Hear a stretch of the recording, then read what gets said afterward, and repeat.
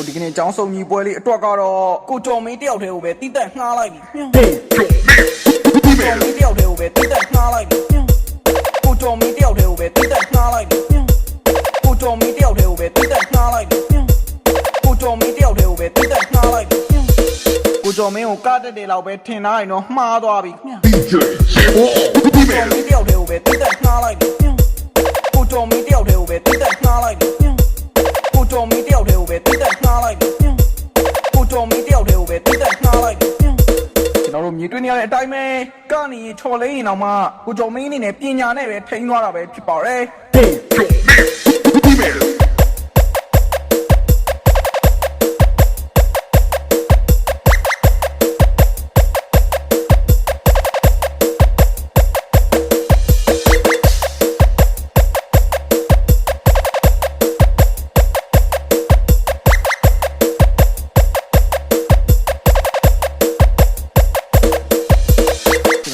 ကိုကျော်မင်းကိုမတင်ဆက်ရတာလဲအချိန်တစ်ခုကြာမြင့်လှပြီခင်ဗျာတို့မြေတွေ့နေရတဲ့အတိုင်းပဲဒီကနေ့မှာတော့ကိုကျော်မင်းရဲ့အကလေးတွေဟာတာမန်နဲ့မတူလအောင်ဓာတ်လိုက်သလားအောင်းမေးရတယ်ခင်ဗျာ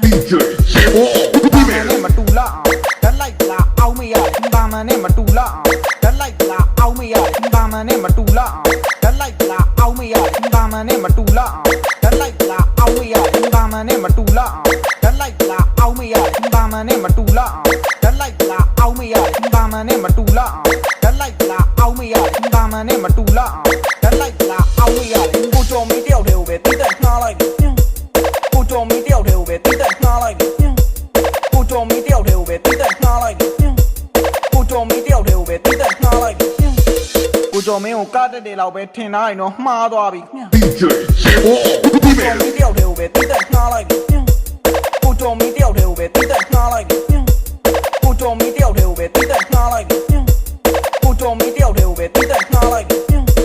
ကျွန်တော်တို့မြင်တွေ့နေရတဲ့အတိုင်းပဲကနေချော်လိမ့်ရင်တော့မှကိုကျော်မင်းအနေနဲ့ပညာနဲ့ပဲထိန်းသွားတာပဲဖြစ်ပါတယ်